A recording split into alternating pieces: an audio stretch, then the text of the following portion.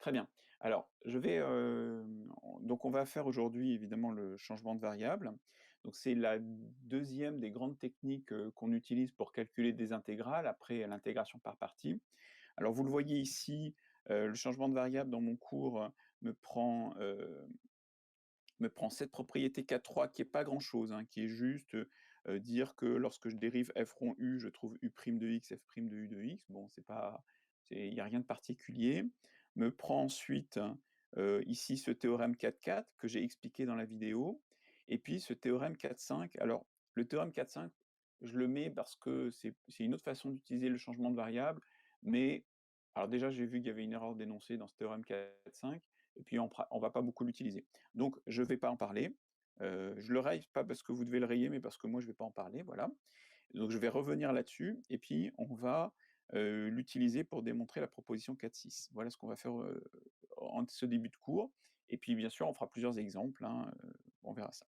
Alors je vous rappelle, rapidement ce théorème. Donc, la fonction est de classe C1 et puis on a, lorsqu'on a une intégrale de cette forme-là, eh bien, on fait un changement de variable, c'est-à-dire qu'on va poser x égale u de t.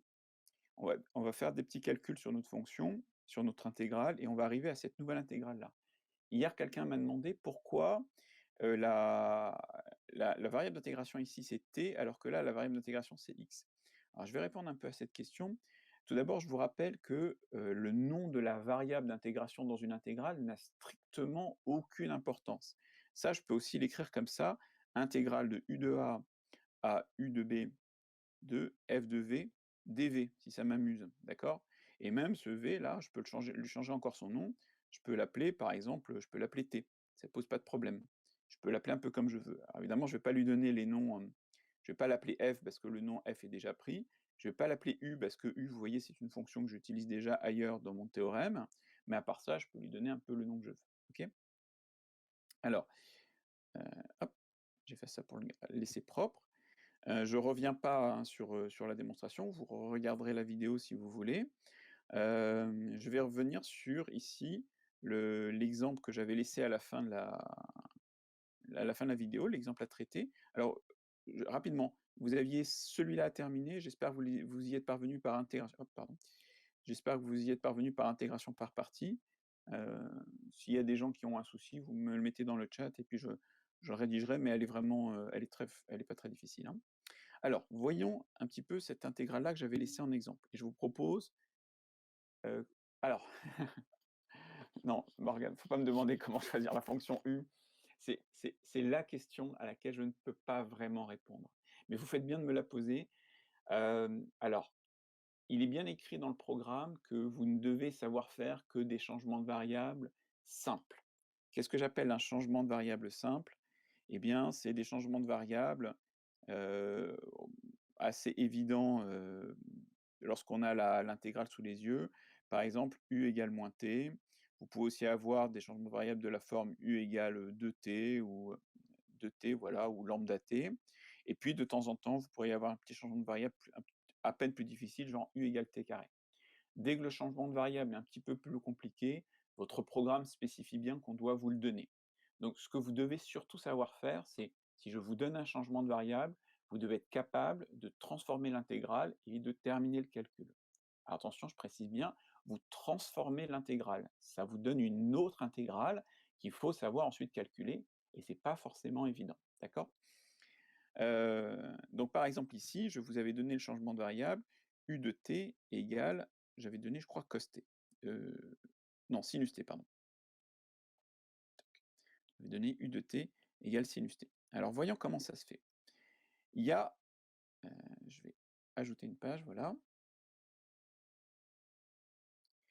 Il y a 3 étapes. Donc 3 étapes. La première étape, c'est l'élément différentiel. Alors je vous ai expliqué dans la vidéo que l'élément différentiel, eh bien c'est en fait la dérivée de ce truc-là qu'on va mettre ici, d'accord? Ce sera l'élément u' de t qui doit absolument figurer dans l'intégrale. Donc on y va, on le calcule, u' de t, ici c'est pas difficile, c'est cosinus de t, et puis on met dt. C'est une façon de se souvenir en fait, une façon de se dire: «Bah, je vais transformer la partie u' de t dt de mon intégrale en du». Premier temps. Le deuxième temps, c'est celui-là, c'est souvent celui-ci qui pose le plus de problèmes, c'est que je vais prendre mon intégrande et je vais la transformer jusqu'à la fin à n'avoir que du U. Alors ça va donner quoi? Ben 1 sur 1 plus cos t, c'est pas ce changement de variable que j'avais donné? Je me souviens plus. C'était cos t, hein? Je me souviens plus. Vous voyez, j'ai pas je l'ai pas noté et du coup, je l'ai oublié. Ça devait être cos t parce que là, je vais pas y arriver. Donc je reprends, je change mon petit machin, toc toc, voilà. Donc je prends cos t, voilà. Donc là, ça fait 1 sur 1 plus U et dt, ça va être du. J'ai un gros excusez-moi, j'ai un gros trou de mémoire. J'avais mis sinus t. Ah d'accord. J'avais mis sinus t. Bon, et ben, on va le faire. On va voir ce que ça donne, mais j'ai l'impression que je vais avoir un souci. Donc cos t dt. Alors, bah, oui, j'ai un petit souci parce que là, je vois pas comment je vais faire pour mon je me suis trompé de changement de variable, peut-être. C'est pas impossible, voyons ça. Donc 1 plus cos t, voilà. Et donc là, bah, le dt, je vais simplement dire que c'est du sur cos t. Voilà. Heu, et ben, je peux rien faire avec ça. Dites-moi les enfants.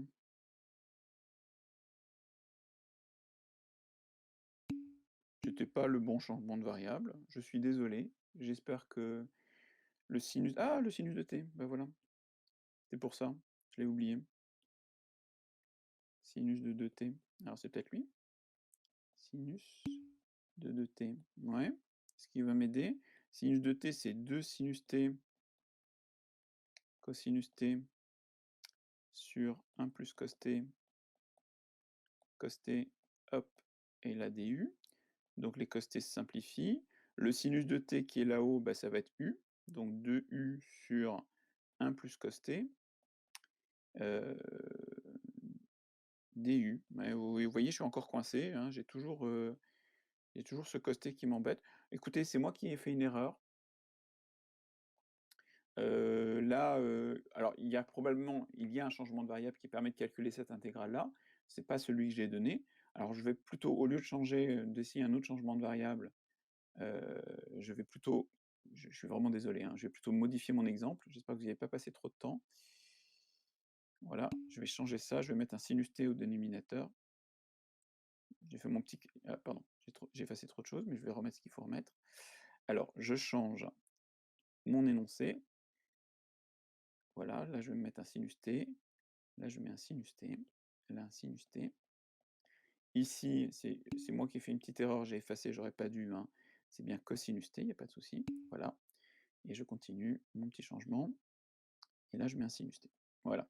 Et grâce à ça, eh bien, j'arrive bien à 2u sur 1 plus u du. On me demande, est-ce que c'est pas cosinus t dt qui devient du? Alors, oui, en fait, c'est comme vous voulez. C'est comme vous voulez. Vous pouvez très bien moi, ce que j'ai fait, vous voyez, c'est que j'ai dit que, là, je prends dt et je le transforme en du sur cos t, d'accord? Dt égale du sur cos t. Mais vous pouvez aussi, c'est tout à fait pareil, ça ne pose aucun problème, faire un deuxième genre, hein. Vous pouvez aussi mener le calcul comme ça, vous pouvez dire que ça fait sinus de 2t sur 1 plus sinus t, dt égale 2 cos t, alors 2 sinus t cos t dt, voilà, sur 1 plus sinus t. Et exactement comme Alix le propose, ce morceau-là, eh bien, on va dire que c'est du. Lui, c'est u, et lui, c'est u aussi. Et on arrive exactement à le 2u du sur 1 plus u. C'est juste une autre façon de mener le calcul, hein, d'accord? Il n'y a pas de il y a aucun problème. Moi, j'aime bien faire comme ça parce que, si vous voulez, on a un peu moins à réfléchir. On a dt et puis, bah, on fait du sur cos t, voilà, c'est un peu automatique. Mais après, sinon, il faut le chercher le cos t quelque part. Bon, voilà. Alors le plus important, par contre, c'est qu'il faut absolument, arriver, ici, hein, ça c'est vraiment le plus important, il faut arriver à une expression uniquement avec du.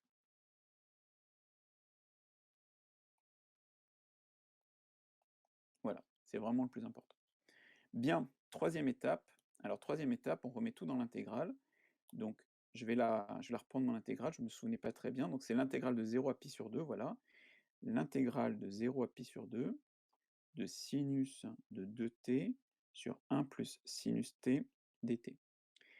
Et alors, quand on fait ça, il faut faire très très attention à ne pas faire l'erreur.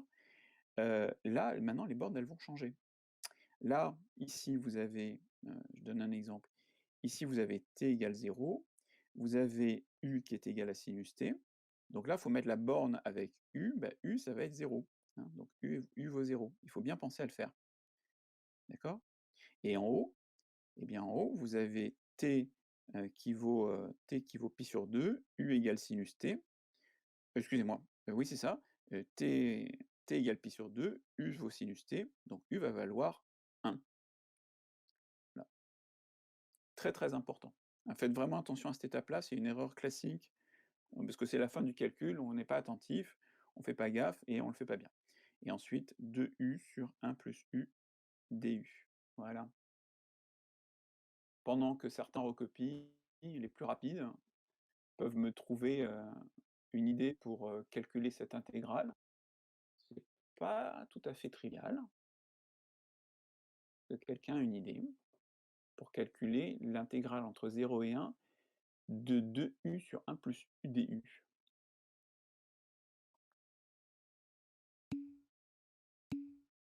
On peut séparer le quotient IPP. Chloé, il faudrait me dire comment vous voulez séparer le quotient, sinon je ne peux pas vous aider. Je ne peux pas savoir si c'est bon. Carmen propose une intégration par partie. C'est pareil, il faudrait me dire quelle fonction vous posez. Oui, mais laquelle des deux vous dérivez?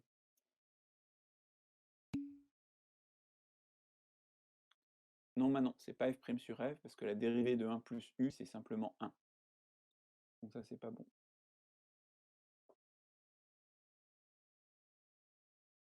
Alors les deux qui m'ont donné une idée, il faut que vous précisiez votre idée. Chloé, il faudrait qu'elle me dise comment elle veut séparer le quotient. Et Carmen, il faudrait qu'elle me dise quelle fonction elle dérive, soit de u, soit 1 sur 1 plus u, et laquelle elle intègre. Et les autres, vous pouvez répondre aussi, hein, si vous voulez. Hein. Alors, j'ai pas de réponse.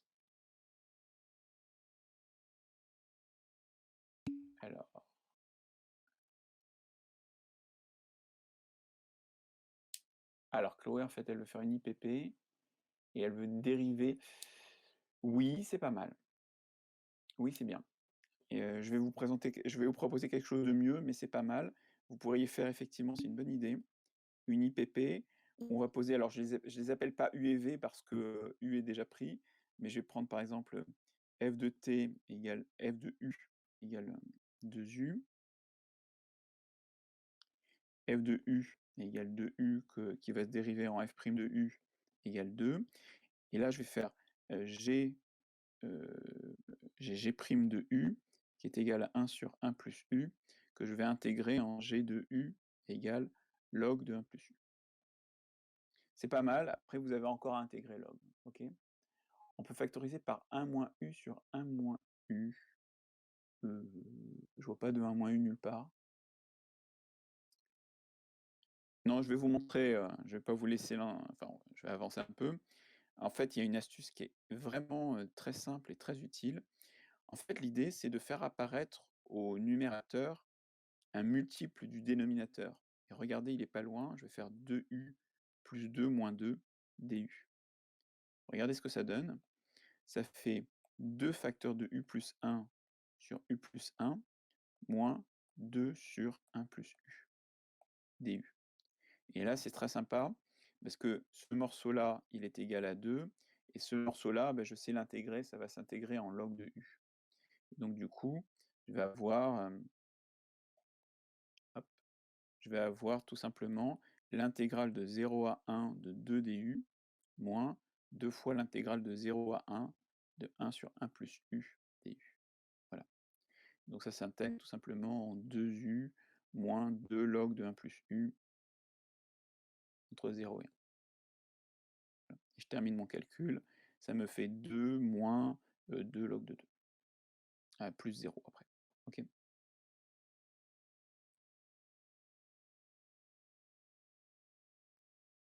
Voilà, un calcul de fait. Heu, alors je vais continuer un petit peu le cours.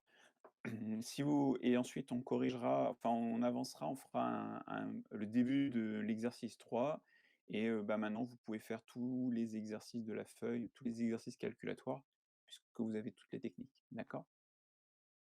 Est-ce que vous avez des questions là-dessus? Parce que je vais passer, à la suite du cours. OK, pas de questions. Ah oui, bien sûr. Bien sûr, bien sûr. Alors ça se fait avec une petite, intégration par partie. J'ai pas beaucoup de place mais hop, je vais en trouver, je vais en faire. Donc ici, le mieux, c'est de faire une intégration par partie et de dériver ce morceau-là. Lui, je le dérive et lui, je l'intègre. Donc ça va me donner quelque chose de la forme 2u exponentielle u moins intégrale de 2 exponentielle u du, à prendre entre 0 et racine de 2 sur 2. Voilà, d'accord? Et ensuite, eh ben, ensuite, j'ai pas la place, donc je le corrige pas, mais vous voyez après ça se fait bien. Vous voulez que je continue ou c'est bon? OK, très bien, magnifique. Bien, alors je continue un petit peu le cours. Alors maintenant, on va démontrer ces résultats-là que vous connaissez très bien, hein. C'est, des résultats à propos de, l'intégrale, de fonctions paires ou impaires. Alors vous connaissez ces résultats parce que je crois, je suis presque sûr qu'on vous les a, partagés qu'on vous les a, pardon, montrés en en terminale. Donc voilà, je vous ai une petite figure GeoGebra. Excusez-moi, c'est pas la attendez, hop, voilà pour moi. Une petite figure GeoGebra. Donc là, vous voyez, vous avez, j'ai représenté ici une fonction qui est impaire. Impaire, hein, c'est-à-dire que, f de x est moins f et f je reprends, moins f de moins x, c'est f de x, ou encore que le graphe est, symétrique par rapport à l'origine. Et dans ce cas-là, l'aire ici entre 0 et x est égal à l'opposé de l'aire entre moins x et x. Vous voyez ici, si je fais varier le x, que j'ai appelé petit a dans le théorème, mais vous allez voir, c'est pareil, eh bien je trouve des aires qui sont toujours opposées. OK? Et puis, donc ça vous le saviez, hein, elles sont de signes opposés. Et puis il y en a une autre encore, c'est dans le cas, pardon, hop, voilà, je faisais une petite erreur de manip. Et puis on a un résultat un peu similaire, lorsque la fonction est impaire. Donc là, je vais prendre une fonction, lorsque la fonction est paire. Lorsque la fonction est paire, eh ben, ce qui se passe, c'est que maintenant l'aire entre 0 et x est égale à l'aire entre moins x et 0. Alors ça se comprend d'un point de vue géométrique très facilement, puisque ces deux domaines sont symétriques par rapport à l'axe des abscisses, donc la valeur absolue de leur aire sont identiques. Puis après, il faut quand même regarder le signe, hein, puisque je vous rappelle que l'intégrale, c'est l'aire algébrique, donc il faut regarder le signe précisément. Alors, c'est des résultats qui sont faciles à comprendre. Je vais quand même les démontrer parce que c'est une très bonne illustration, du changement de variable, et en plus, c'est un changement de variable vraiment classique. Vous m'aviez posé des questions, sur, enfin, il y a des questions la révision pour le DS qui sont en fait, ces changements de variables-là, et donc je vais le faire maintenant.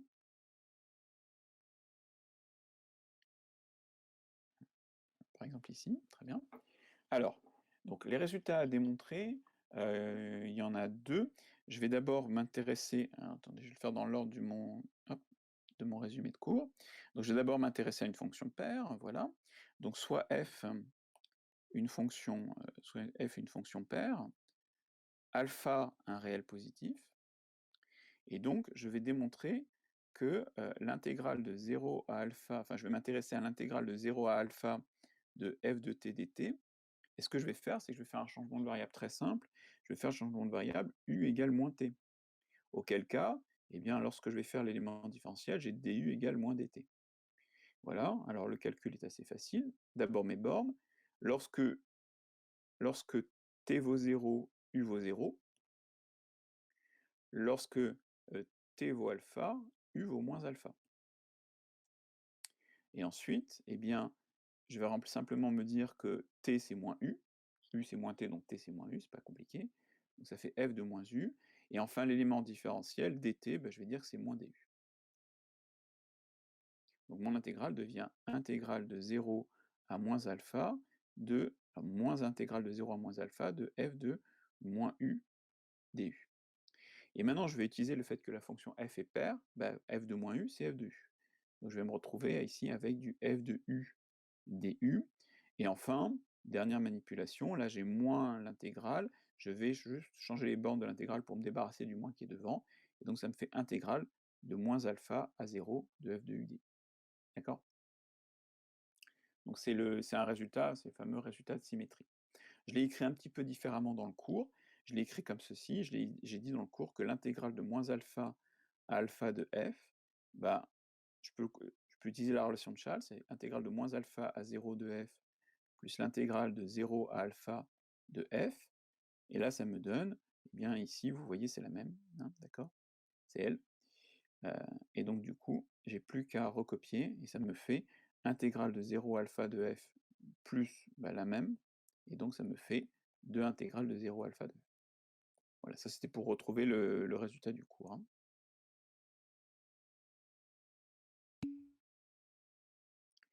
Maintenant, je fais le cas d'une fonction impaire, soit f une fonction impaire,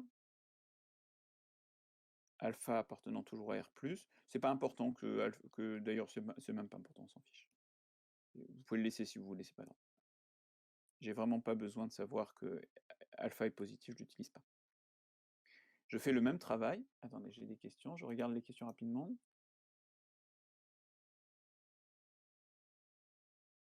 Vous avez eu un petit problème de connexion. Alors, je vais un petit peu avancer, mais regardez, je refais la même chose. Et comme ça, comment dirais-je, là, ces notes de cours, je vais vous les mettre hein, de toute façon sur le Drive. Vous pourrez le télécharger et les regarder, il n'y a pas de problème. Je vous fais le deuxième exemple et je vous remontrerai le premier, vous inquiétez pas. Alors, je m'intéresse à l'intégrale de 0 alpha de f de t dt, et je fais toujours le même changement de variable u égale moins t. Alors ça me fait quoi? Eh ben, j'ai donc du qui est égal à moins dt, d'accord?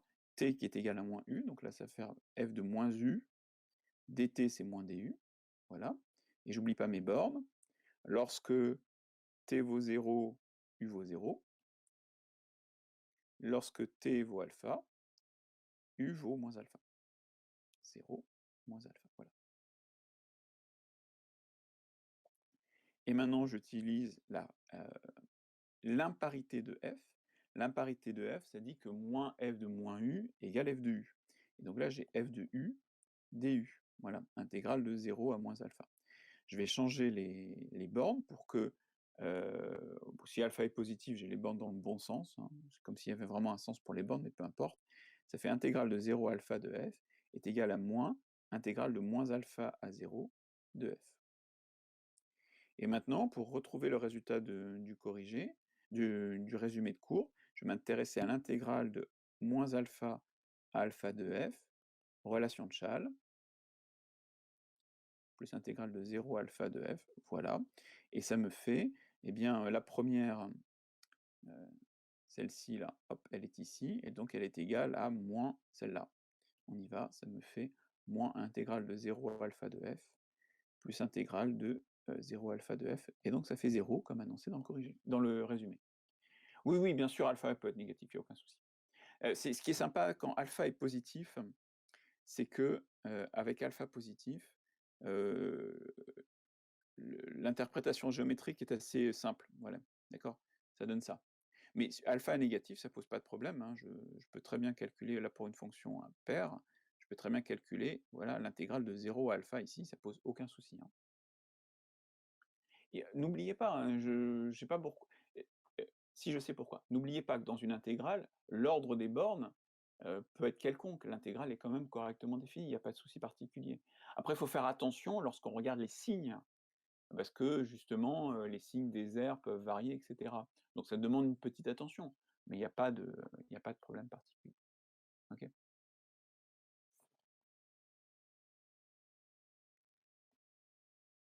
Alors il y a un autre résultat qu'on démontre, encore avec Avec le changement de variable, je vais vous faire un petit schéma. Je ne vais pas vous le démontrer, je vais vous le donner parce qu'il est très utile en physique. Alors hop, je vais changer d'application un instant. Hop, voilà, ici. Alors je vous ai représenté ici, une fonction qui est, périodique, d'accord? Et je dis ma alors ça, je sais pas pourquoi j'ai ça. Voilà, donc là, je vous ai représenté une fonction périodique et je vous ai représenté l'intégrale de la fonction périodique sur une période. Regardez, hein, de là à là, hop, oui, c'est bien le même point, hein, et vous constatez qu'ici, effectivement, ma fonction, hein, le graphe de la fonction se reproduit, vous connaissez bien ça. Et donc là, j'ai mis l'intégrale sur un intervalle dont la longueur est la période. Mais le début de l'intervalle, regardez, il change. Vous voyez? Donc ça change, ça donne, ça a une tête, voilà, qui se modifie lorsque la borne inférieure qui est ici change. Et bien vous constatez que l'aire de l'intégrale, elle, ne change pas. Voilà. Petit résultat qui est assez intéressant. En physique, on l'utilise beaucoup lorsqu'on a des phénomènes périodiques. On n'a pas vraiment besoin de s'occuper de l'endroit où on prend l'intégrale, on la prend n'importe où, pourvu que la longueur de l'intervalle soit égale à la période, ça ne changera rien du tout. OK? Vous pourrez, si vous voulez, le démontrer. Je vais vous le mettre, je vais vous le noter ici, comme ça on va le noter proprement.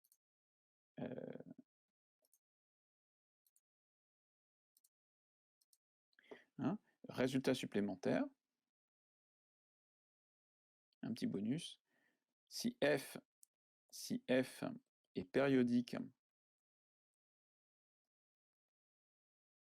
de période grand T, eh bien, quel que soit A appartenant à R, l'intégrale de A à A plus T de f est égale à l'intégrale de 0 à grand T de f. Voilà.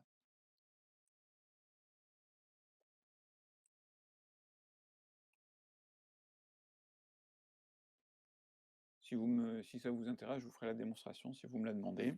Il n'y a pas de problème, vous pouvez la chercher chez vous. Et attention, elle n'est pas aussi simple que précédemment, hein. Il y a bien un changement de variable à faire quelque part, mais il est moins évident, il faut être un peu observateur et deviner ce qui se passe. Voilà.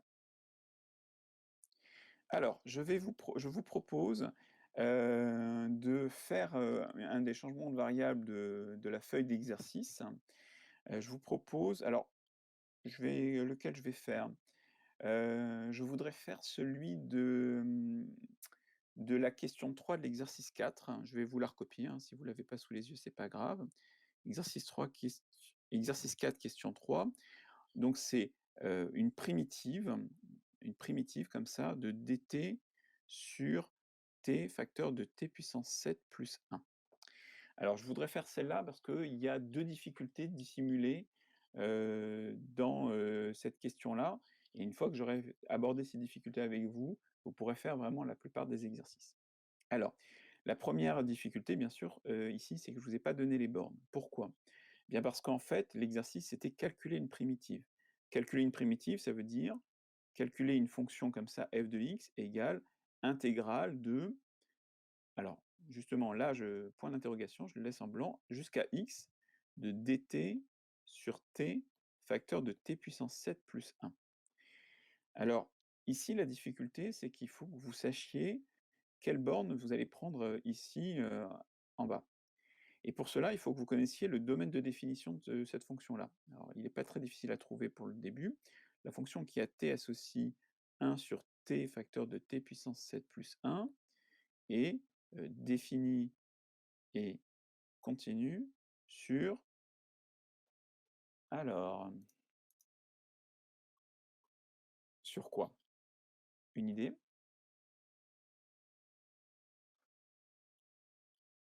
Oh, il faudrait que je fasse un sondage. Je vais faire un petit sondage.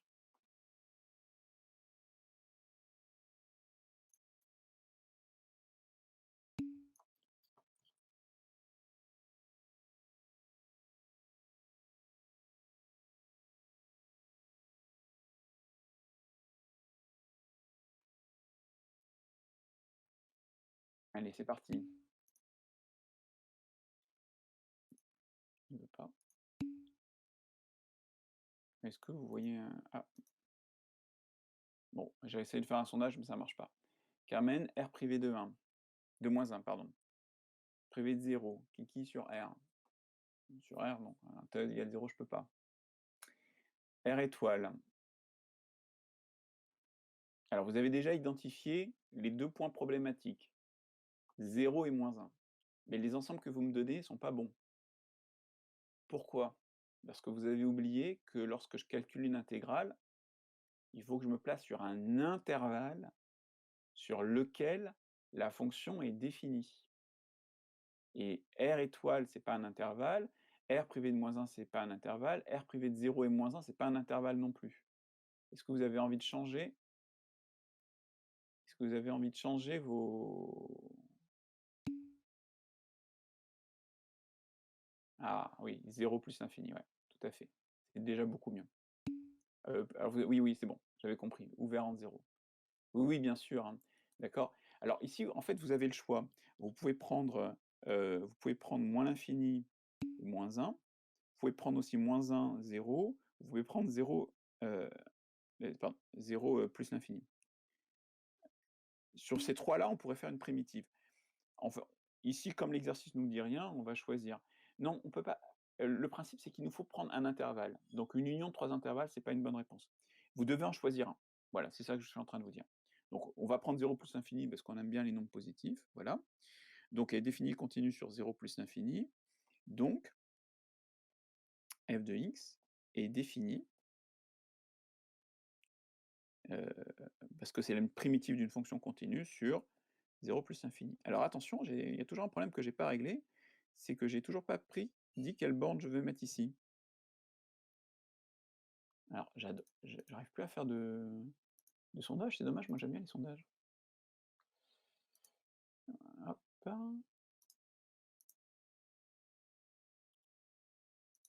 Est-ce que vous le voyez apparaître ou pas?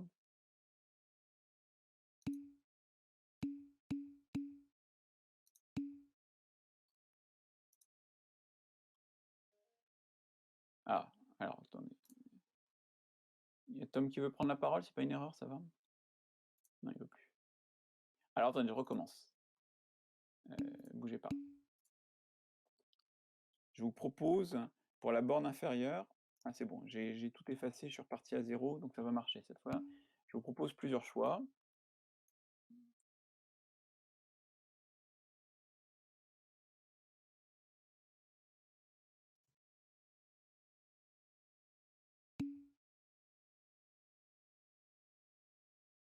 C'est parti.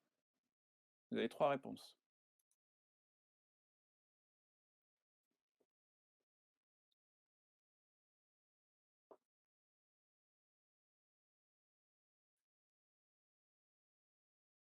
Allez, on vote. Donc je vous propose comme borne inférieure de prendre soit 0, soit 1, soit n'importe quoi de strictement positif.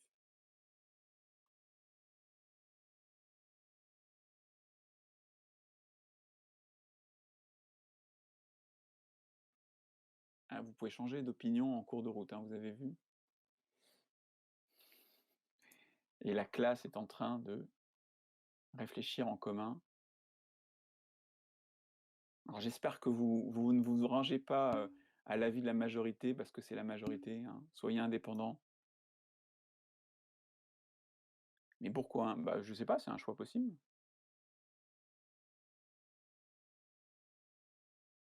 Pourquoi 0? On pourrait se demander. Je sais que vous voyez pas les résultats, mais moi je les vois. Ah d'accord, vous voyez pas les résultats, alors attendez, bougez pas. Voilà. Vous pouvez voter encore ou pas? Ah d'accord, ah, c'est dommage. Alors parce que moi je les voyais et vous en rendiez pas compte. Alors désolé, alors est-ce que... Ah non, vous pouvez encore voter normalement. Non, bon d'accord, on laisse tomber. Alors, normalement, vous voyez les résultats. Là, visiblement, les gens ont... c'est un tiers, un tiers, un tiers. Vous en êtes pas rendu compte, mais il y avait peu de gens qui pensaient 0 au début, puis ensuite ils ont changé d'avis. Alors, 0 n'est pas la bonne réponse. 0 n'est pas la bonne réponse parce que si j'intègre de 0, hein, si j'intègre de 0 à x ma fonction t sur t puissance 7 plus 1 comme ça, eh bien là, vous voyez, j'ai un problème en t égale 0. Je peux gérer ce problème, mais pour le moment, on ne sait pas faire. Bon, il y a des moyens mathématiques, mais on ne les connaît pas. Donc t égale 0 n'est pas la bonne réponse. Les deux autres sont bonnes. En fait, ici, ici, hop, voilà. Ici, l'important, c'est juste de mettre n'importe quoi qui est dans l'intervalle 0 plus l'infini. Évidemment, on ne va pas prendre n'importe quoi, on va prendre un point simple. C'est pour ça que j'ai proposé 1, parce que 1, c'est assez gentil. En général, les calculs avec 1 sont faciles à faire. Mais si vous avez envie de prendre 2, votre date de naissance, c'est pareil, hein, d'accord? Donc c'est nous qui choisissons. C'est vraiment celui qui fait le calcul qui choisit. C'est pas très important en termes de calcul. Ça va de toute façon donner une primitive. Donc on va prendre 1. Et donc moi, je préfère 1. Alors, Axel me demande pourquoi quand on avait ln, on avait une borne en 0. Eh bien parce que c'était un exercice, c'était un dérapage contrôlé. Et donc, on l'a fait ensemble. Et c'est effectivement la bonne idée, c'est de faire un prolongement en 0. Mais le problème, Alexis, c'est qu'avec cette fonction-là, eh bien cette fonction, figurez-vous, elle n'est pas prolongeable par continuité en 0. Parce que quand t tend vers 0, cette fonction, elle tend vers l'infini, elle tend vers plus l'infini. Donc il n'y a pas de prolongement par continuité qui est possible. Il y a quand même une autre technique qui est possible, mais là, j'avancerai trop sur le programme de SPE. En SPE, vous apprendrez à le faire, hein. C'est très intéressant et c'est pas difficile du tout à comprendre.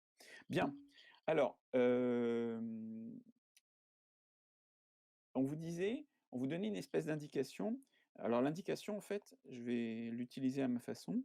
Ça consiste en fait à écrire du t puissance 6 sur t puissance 7, t puissance 7 plus 1 dt, comme ceci. Alors, dans l'exercice 4, on ne vous donne pas beaucoup de changements de variables, j'ai fait exprès, hein, c'était pour que vous les deviniez, en voyant quelques changements de variables classiques. Alors, le premier changement de variable que l'on peut faire, c'est u égale moins t, et ça va me donner du du égale moins dt. Un autre très classique, c'est de poser u égale lambda t, lambda égale 2, 3, 4, peu importe, ça fait donc du égale lambda dt. Un autre encore qui est très très fréquent, c'est que par exemple, on va poser u égale t carré, ou de façon générale u égale t au cube aussi, ou de façon générale u égale t puissance n. Et puis l'élément différentiel, là du c'est 2t dt, ici du c'est 3t dt, 3t carré dt, pardon. Et là, bah, du, ce sera n t puissance n-1 dt. Et enfin, je vous en propose encore deux autres, u égale sinus t, ça me donne du égale cos t dt. Voilà. Et enfin, u égale cos t. Puis il y en a encore d'autres, mais après les autres, bon, c'est pas vraiment la peine. Je peux vous en donner des listes pas possibles. On va s'arrêter là. Voilà. Alors, pour moi, on va dire que cela, il faut y penser tout seul. Je les considère simples, voilà. Est-ce que ici, alors, est-ce que je vais réussir à refaire un sondage? Voilà. Est-ce que ici, vous avez une idée de changement de variable que l'on pourrait faire? Alors, maintenant, je ne vais pas faire de sondage, non, j'attends vos réponses. Est-ce que vous avez une idée ici du changement de variable qu'on pourrait faire? L'un de ces 5-là pourrait-il fonctionner pour calculer cette intégrale-là? Que quelqu'un a une idée? Ouais, bravo, du premier coup. Très bien. Effectivement, ça marche très bien, puisque t puissance 7, lorsque je vais le dériver, ça va me faire du t puissance 6. J'aurai du égale t puissance 6 dt. T puissance 6 dt, ça va vraiment être nickel. Alors allons-y. Voilà, j'avance un petit peu. Hop. Donc posons ici, pour mon intégrale, posons u égale t puissance 7. On a alors du égale 7 t puissance 6 dt. Et donc mon intégrale f de x intégrale de 1 à x, je la recopie parce que je ne l'ai pas sous les yeux, hein, t puissance 6 dt sur t puissance 7 plus 1. Donc ça va me faire quoi? Bien, je prends mon intégrande, hein, grand classique, voilà, OK. Alors je le fais toujours dans le même style, dans celui que j'avais utilisé précédemment. T puissance 6, pour le moment je ne sais pas le calculer, donc je ne le calcule pas, je le laisse comme ça. T puissance 7 c'est U, T puissance 7 c'est U, et dt c'est du sur 7 fois T puissance 6. Et là, non, non, c'est pas T tout seul avant la parenthèse. Regardez, j'ai mis un T puissance 6 au numérateur. J'ai changé l'intégrale de la fonction. J'ai mis un T puissance 6 au numérateur. Pourquoi? C'était pour suivre l'indication de l'énoncé. En fait, non, c'est pas pour ça. C'est parce que comme ça, la vraie raison, pourquoi j'ai fait ça, eh bien parce que dès le départ, j'avais envie de poser U égale T puissance 7 qui m'embêtait. Et je savais que T puissance 6, ça me ferait un joli élément différentiel. Ceci dit, l'énoncé vous donnait l'indication. Et là, je finis. T puissance 6 se simplifie. Et je me retrouve avec 1 septième de 1 sur U facteur de U plus 1, du. OK? Et enfin, dernière chose à faire, ben, changer les bornes. Comme d'habitude, lorsque t vaut 1, U qui est égal à T puissance 7 vaut 1. Lorsque T vaut X, U qui est égal à T puissance 7 vaut X à la puissance 7. Et je me retrouve avec du du sur 7U facteur de 1 plus U. Voilà. Donc voilà, donc je fais cette question pour 3 choses. Je vous ai montré des changements de variables simples. J'ai fait le changement de variable simple pour vous montrer comment ça fonctionne. Et maintenant, je voudrais vous montrer une technique de calcul d'intégrale. C'est une indication que l'on vous donnera tout le temps, parce qu'il y a derrière une théorie qui est assez complexe, mais on vous donnera toujours ce qu'il faut faire précisément, donc vous inquiétez pas. Là, c'est l'indication, vous disiez, trouver A et B, tel que quoi? Ben, tel que 1 sur U facteur de 1 plus U est égal à A sur U plus B sur 1 plus U. J'ai Oui, oui, on peut le sortir, tout à fait. J'ai déjà donné l'indication à quelqu'un sur Discord parce qu'on m'a posé la question, mais je voudrais quand même le faire avec vous parce que c'est quelque chose de pas difficile, mais qu'il faut faire vraiment proprement. Ce serait dommage de se tromper là-dessus. Alors comment on fait ça? Eh bien, on va, réduire ce morceau-là au même dénominateur. Donc ça me fait du A facteur de 1 plus U plus BU, le tout sur U facteur de 1 plus U. Je réordonne au numérateur, ça fait A plus BU plus A divisé par U sur 1 plus U. Et maintenant, je veux que ça, ce soit égal à 1 sur 1 plus U. 1 sur U facteur de 1 plus U. Alors, si j'oublie les dénominateurs, c'est-à-dire si je multiplie à gauche et à droite par U facteur de 1 plus U, je veux que pour toute U, A plus BU plus A soit égal à 1. Et là, vous voyez que ce qui se passe, c'est qu'en fait, j'ai une égalité entre deux fonctions polynômes. Ça, c'est un polynôme facile, hein, de degré, un polynôme simple, hein, de degré 1, et lui aussi.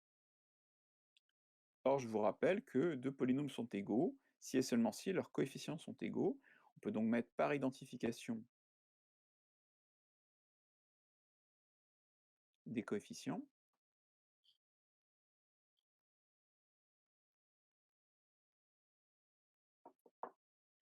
Par identification des coefficients, on a que a plus b égale 0 et a égale 1.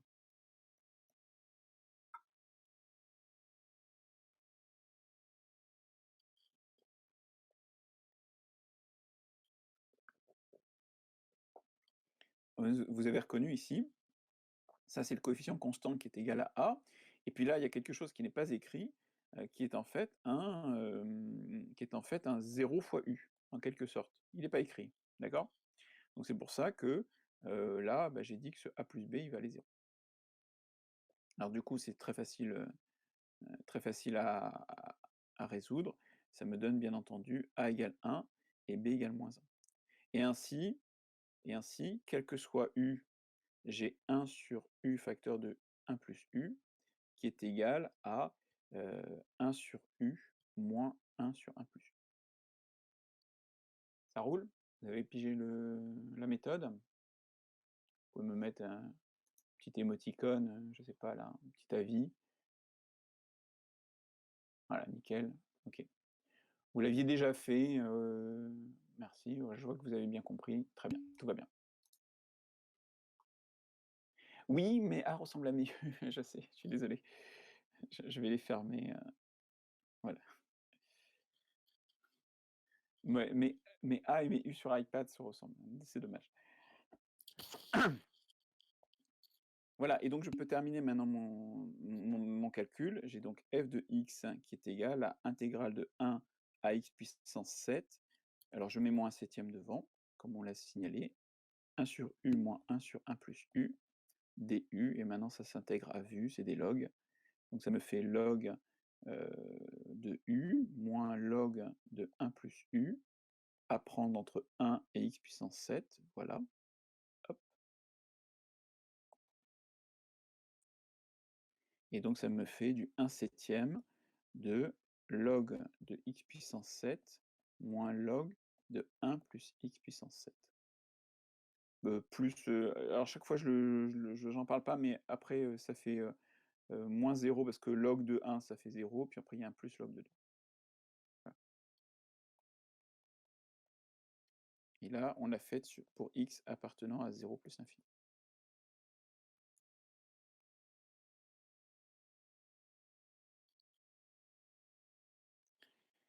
Alors, bah, c'est une bonne question. En fait, elle nous sert à transformer l'intégrale. C'est un peu vague comme réponse. Lorsque j'ai une intégrale qui ne me plaît pas des masses, et que j'ai envie en quelque sorte, je vais vous en donner, je prends un autre exemple du même exercice. Par exemple, vous avez l'intégrale de arctangente de t puissance 1 demi dt, hein, c'est la question 5. Donc par exemple, j'intègre entre 0 et x, voilà. Alors, ici, si vous voulez, arctangente, c'est pas une fonction qui m'embête beaucoup, mais j'ai arctangente de racine de t. J'aurais préféré avoir arctangente de u. Je trouve ça plus simple. Donc j'ai envie de transformer l'intégrale pour me débarrasser de ce arctangente de t puissance 1 demi. Donc là, je peux avoir envie de poser u égale t puissance 1 demi. Alors ce qui se passe, c'est que ça transforme l'intégrale, mais pas forcément en une intégrale très simple. Ça peut la transformer en une intégrale qui elle-même est compliquée, qui nécessite elle-même d'autres calculs. Par exemple, un autre changement de variable, ou une intégration par partie, ou alors une grosse formule du formulaire. D'accord? Donc ça, c'est la première réponse, hein, vous me posez une bonne question, c'est l'utilité, donc c'est changer l'intégrande.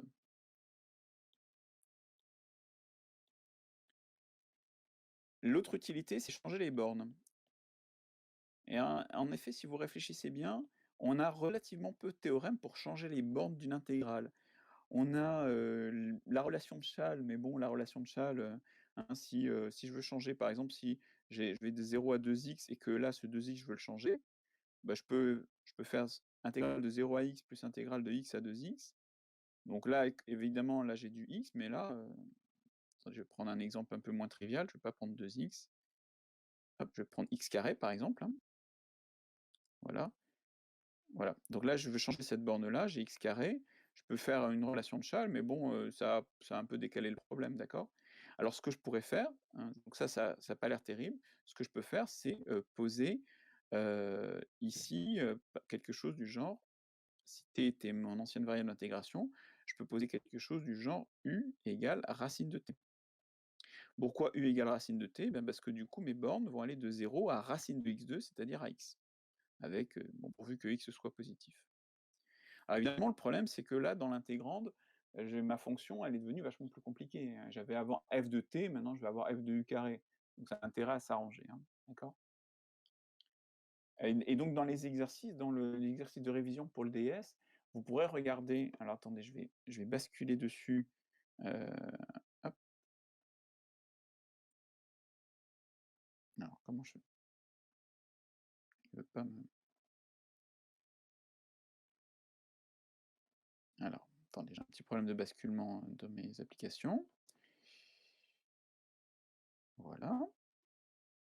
Mmh, voilà, donc dans les exercices de révision pour le DS, il y avait par exemple une question qui était assez intéressante, c'était qu'à un moment donné, voilà, là vous voyez, heu, f de 2π, donc f de 2π c'était, l'intégrale f de 2π ici, si on prend la définition, c'est l'intégrale de 2π à 4π d'une espèce de fonction, OK?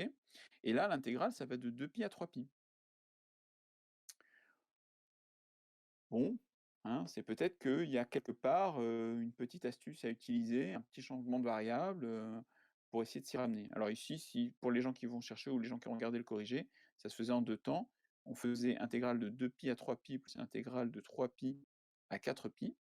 Voilà, donc d'abord une relation de Chasles et puis celle-là, eh bien celle-là, on fait le changement de variable. Alors on va faire hop, changement de variable, on peut poser par exemple u égale, heu, t plus pi, voilà, t moins pi. Comme ça, quand t vaut 3π, u vaut 2π, quand t vaut 4π, u vaut 3π. Bah, c'était une astuce possible. Est-ce que vous avez d'autres questions?